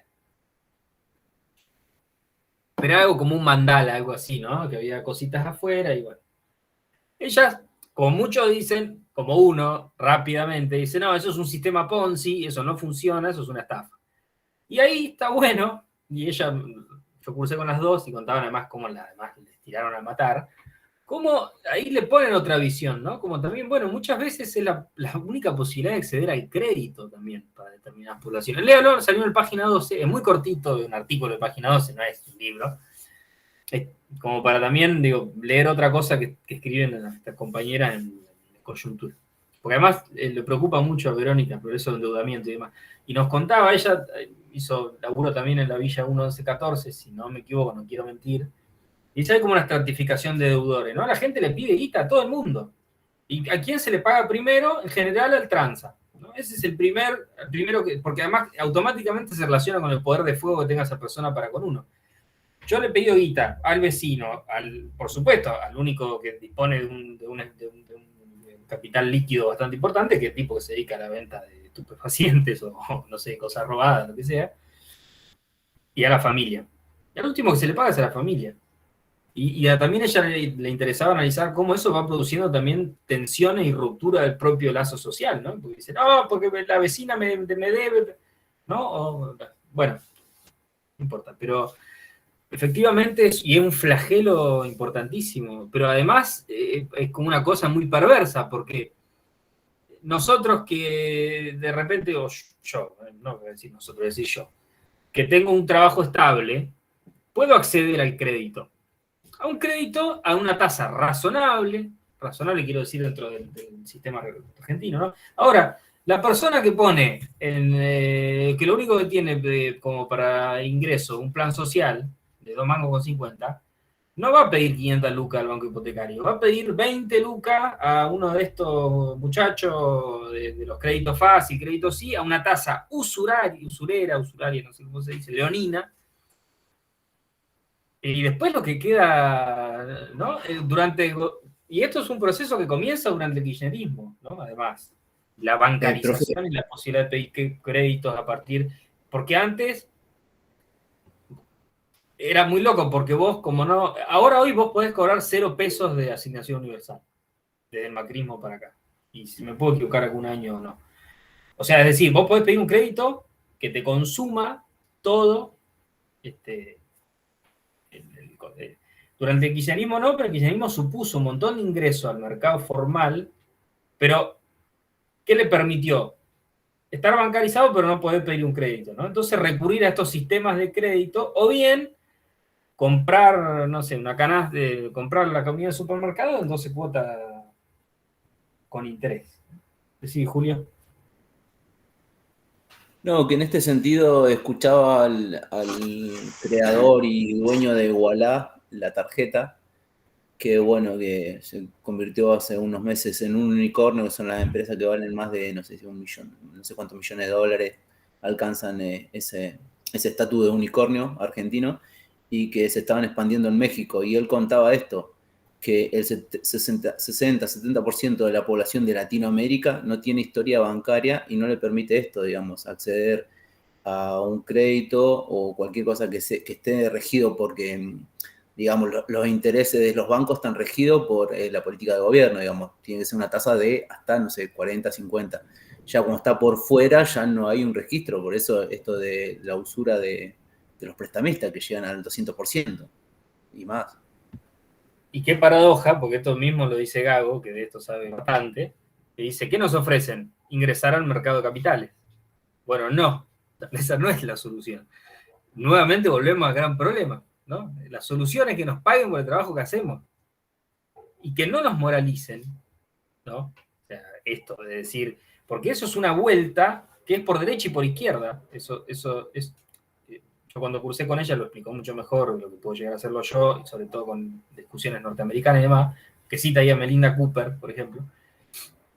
Cómo, tanto por derecha como por izquierda, el problema es volver a la familia. La izquierda dice el neoliberalismo rompió los lazos sociales, ergo hay que volver a la familia. La derecha, ¿no? Dice más un poco lo mismo, ¿no? Es decir, se ha perdido la cultura del trabajo, ¿no? Se ha perdido el respeto a los mayores, de una posición más conservadora, si se quiere. Solución, volver a la familia. Incluso, además, a ver, se le está pegando, acá no hay distinción partidaria, si se quiere, ¿no? El kirchnerismo también tiene esa vocación familia céntrica, ¿no? Y es una política continuada durante el macrismo, quiero decir, acá no voy a escuchar tal o cual culpable. Pero efectivamente, ¿qué dice eso? Hay un proceso de moralización que nos vuelve a meter en la casa, que nos vuelve a colocar en lugar de trabajo reproductivo no pago, ¿sí? O pago en forma, ¿cómo se llama? Quiero un salario, no quiero un subsidio, ¿no? Es eso. Queremos un salario por el trabajo. Con salarios precarizados, dice. Claro, no estar bancarizado para después poder caer en la garra del capital a una tasa un poquito mejor. No. Queremos un salario por el trabajo que hacemos. Esa es un poco la discusión, ¿no? Central, si quiere. Efectivamente, también pasa eso, ¿no? Es decir, hay gente que labura en los merenderos, que cocina, que sirve, y demás, y tiene un subsidio, ¿no? Digo, es un trabajo reproductivo. ¿Entiende? Entonces, en algún punto podría ser un reclamo mancomunado, ¿no? O sea, queremos un salario por el trabajo que hacemos, ni más ni menos. Porque además, efectivamente, son los que paran la olla en los, lo dice Gago, ¿no? En los lugares donde no hay más nada. Donde al capital, si te he visto no me acuerdo, como suele hacer, y tampoco donde no llega el Estado. Donde antes había una salita y ahora hay un McDonald's, ¿no? Villa 131 de Retiro. Donde antes había un mercadito, ¿no? Que le fiaba a la señora, al señor, dos tiras de flauta de pan, y ahora está crédito fácil, crédito sí, crédito ya, no sé. En esos mapas, de lo más... Y bueno, ¿quién lleva adelante la reproducción? Bueno, se hace de manera un poco más colectiva. Por supuesto que lo hacen las mujeres, lo siguen haciendo.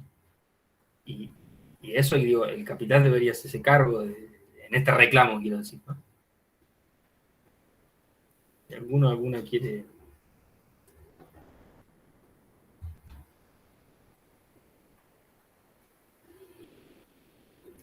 ¿Decir algo? Si no por mí, siendo las 6:05. Sí, particularmente, bueno, retomando por ahí lo que el debate que se generó en la clase de Milton respecto a el feminismo clasista, considerando que no es lo mismo una feminista pobre que una feminista rica. Eso también creo que es una herramienta que el capitalismo utiliza, porque inclusive en el texto de las 10 tesis también particularmente remarca de que en lo primero que te transforma el capitalismo es individuo. Yo solo, yo pensándome solo, cómo me la voy a arreglar solo, y que si en realidad se convergen, como lo que sucedió para la ley de la interrupción voluntaria del embarazo, la pobre, la rica, por una cuestión de salud, por una cuestión sanitaria, de que la mujer no tiene que morir si no se considera capaz de poder atravesar un embarazo, ¿no? Considero que respecto a esto también creo que es la iniciativa que debería tomar el feminismo para combatir la posición en la que el capital la acomoda o la configura en el sistema. Por eso, también dejé ese texto de Aruzza, no es que tenga un mal italiano, no tengo italiano. El problema es cuando uno piensa en sistemas paralelos, los problemas son esos, ¿no? De hecho, ella lo dice. Si el patriarcado fuera un sistema autónomo, supone una lucha. ¿La lucha cuál sería? De mujeres-hombres. Entonces, es lo mismo. La mujer de Trump, no sé si la mujer de Silvio Berlusconi, no sé si lo conocen, ex presidente italiano, presidente del Club Atlético Milan, entre otras cosas. Bueno, más cosas no sé si me escuchan porque se me fue un poco la... Sí, profe, sí, se lo escucha. Se me fue la imagen, bueno, no importa. Lo que dice es, entonces lo mismo la esposa de un trabajador migrante de América Latina que la esposa de Berlusconi, y no. Por un lado. Y para el otro lado también. Es decir, el problema del clasismo también es ese, ¿no? Es decir, lo que importa es la clase, ¿no? No importa si vos sos negra, blanca, no, somos todas proletarias. Y bueno, también es jodido. Y lo mismo con la raza, ¿no? Bueno, no es lo mismo, digo, la Condoleezza Rice, ¿no? Que era, no sé, ministra de Defensa norteamericana, que, no sé, Angela Davis, no sé, por decir una cosa. O, no es lo mismo Angela Davis, que es una intelectual negra académica norteamericana, que una señora de las máquinas de México, ¿no? O sea, somos los dos oscuritas y, bueno, pero no es lo mismo. Por eso el sistema hay que hacer un tratamiento integral. Uno no puede, si no cae en estos absurdos, y estoy poniendo ejemplos súper absurdos, pero efectivamente, y además uno tiene que hacerse cargo a la hora de que reclama, que efectivamente la posición a partir de la cual reclama, ¿no? Porque decir, no, bueno, la ley de cupo, sí, bueno. Quiero decir, pues también está otra discusión, ¿no? De ley de cupo para las listas de políticos, ¿no? Y muchas dicen, bueno, también pensemos qué mujeres llegan a las listas, ¿no? O sea, y esas son tensiones, digo, que además casi siempre se resuelven en el plano práctico y militante. No lo vamos a poder hacer nosotros acá. Sabemos, por lo menos mi posición, es que efectivamente la estructura es una estructura integral, que es raza, es clase y es género. Son las tres cosas. ¿Sí? No me interesa más el problema de la clase o el problema de género o el problema de la raza. Sobre todo en América Latina, ¿no? Digo, si obviamos el problema de raza en América Latina, y seríamos bastante... porque además parece que en Argentina no hay racismo, ¿no? Bueno, no quiero citar al presidente Alberto Fernández, pero... menudo ejemplo.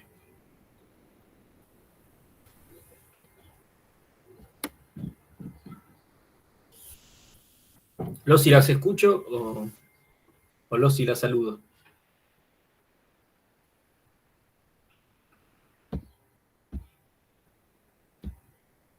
Bárbara, ¿te quedó algo?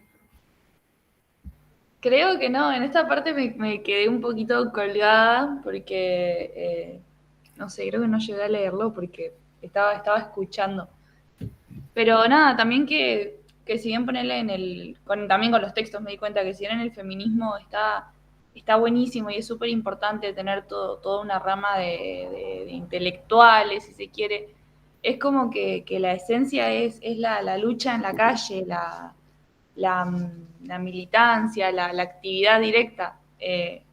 Y bueno, nada, que por ahí también, que era algo que yo no pensaba que le iba a decir, pero en vez de concentrar tanto en esto de, bueno, con quién luchar y con quién no, que está bueno la importancia de darle a la lucha en sí.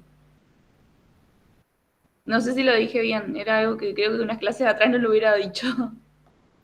Bueno, eso que sea la misma que cuando empezó, que no sea la misma cuando empezó, lo mejor. Para bien o para mal.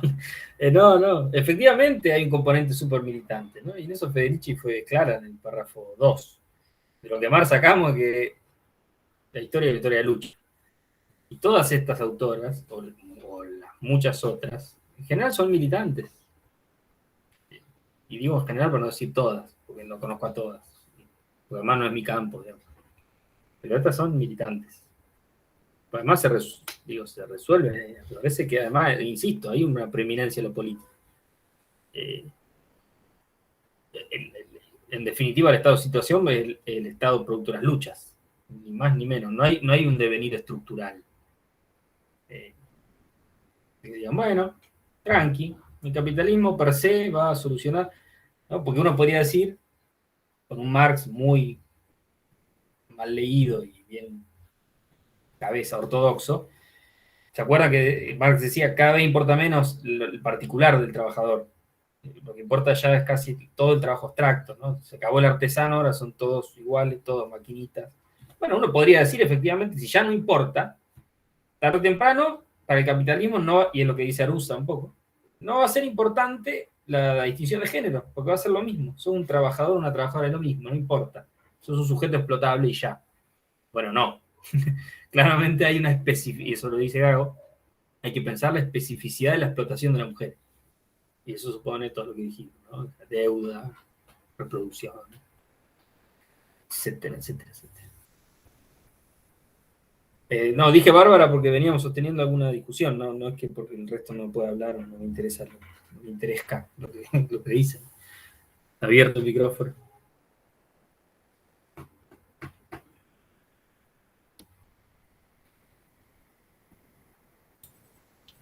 Yo pienso que, bueno, por ahí de Marx es interesante porque te abre a un montón de caminos, muchos caminos que están relacionados también con el capitalismo, y que no solamente es donde están las mujeres, sino también, por ejemplo, yo pensaba, ¿no? Se me ocurría la idea de las personas que tienen alguna discapacidad y que no, desde que nacen, no le sirven al sistema, digamos, no le sirven.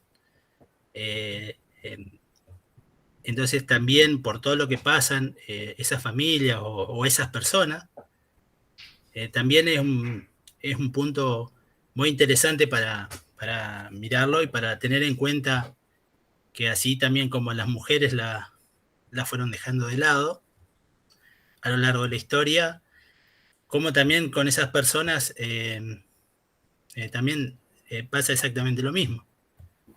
Y después, yo creo que por ahí no se ha encontrado todavía una forma, si bien hay una lucha, no sé si hay una lucha direccionada en una idea muy específica o que digamos, sí puede traer algún resultado, y esta lucha por ahí está tan separada en ciertos puntos que no nos permite hasta ahora obtener algún resultado.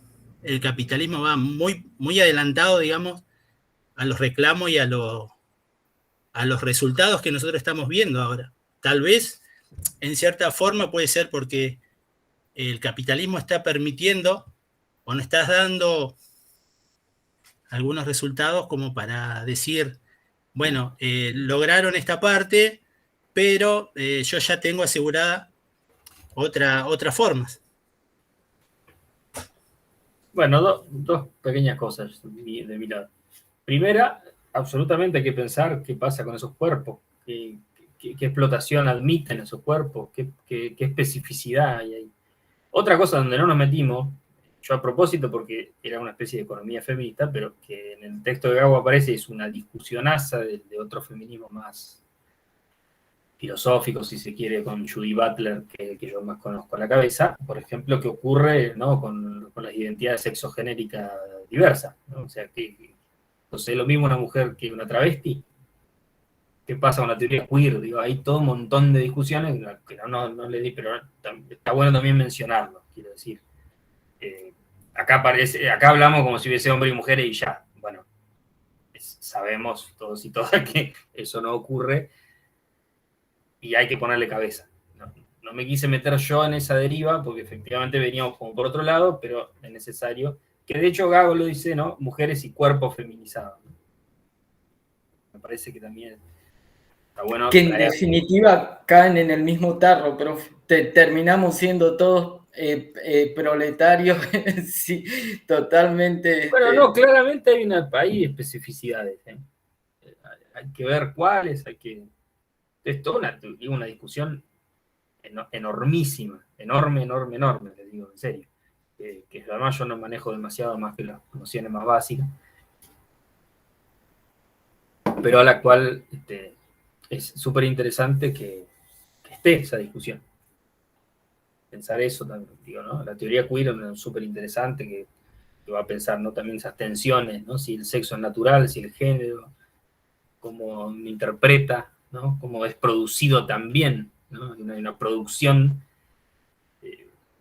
sexogenérica del sujeto, ¿no?, si se quiere, ¿no? Hay un proceso de generización también. Digo, producimos trabajadores y producimos trabajadores que tienen un género además, ¿no? Bueno, otra discusión. Segunda discusionaza, que solo la voy a esbozar, hay un grupo de italianos que medio del siglo XX, 50, 60, van a decir, bueno, para nosotros el que primero hace el gesto no es el capital. El capital lo único que hace es contrarrevoluciones. Digo, para pensar lo tuyo, Rafael, y no me voy a meter porque es otro discusionazo, el operaísmo italiano va a decir, el primer gesto siempre es del trabajo. Lo que va a hacer el capital es expropiar alguna cosa o bien efectivamente hacer una, ¿no? O darme esto pero sacarme de acá. Digo, el capital siempre viene después. No sé si me explico. Hacen otra lectura de Marx donde les interesa más, por ejemplo, los Grundrisse y no el capital, bueno, no importa, no viene al caso, pero que efectivamente dice, el trabajo es lo primero. El primer gesto lo hace el trabajo. El capital reacciona. No es el capital que va para adelante y el trabajador queda pataleando y de repente le puede sacar una pequeña. De hecho, el neoliberalismo, pensado de esta manera, este neoliberalismo que están discutiendo las autoras, es visto como una guerra del capital contra el estado de bienestar. ¿No? Contra ese estado de 50-50, ¿no? De 50 y 50 la participación del PBI, de el desarrollo de. Pensémoslo en Argentina, ¿no? ¿Qué es la dictadura? Entre otras cosas, ¿qué es la última dictadura militar que tuvimos? Sino una guerra sin tapujos, sin mediaciones. El capital contra el trabajo. Jamás, si uno ve, además, más allá de las aberraciones, de las violaciones de los derechos humanos, que nos importan sobremanera, si uno se detiene en el número frío de la proporción de trabajo registrado, de la injerencia de ese trabajo en el PBI, fue monstruoso y Argentina no se recuperó jamás. ¿No? Entonces también puede ser leído nuestras historias en esa clave también, ¿no? Para pensar quién va primero, quién va después, pero bueno, nada, era como para tirar así una frutillita. Amarga, la frutillita ácida. Sabemos que acá no hay final feliz ni postre, por ahora. Ya veremos que más adelante.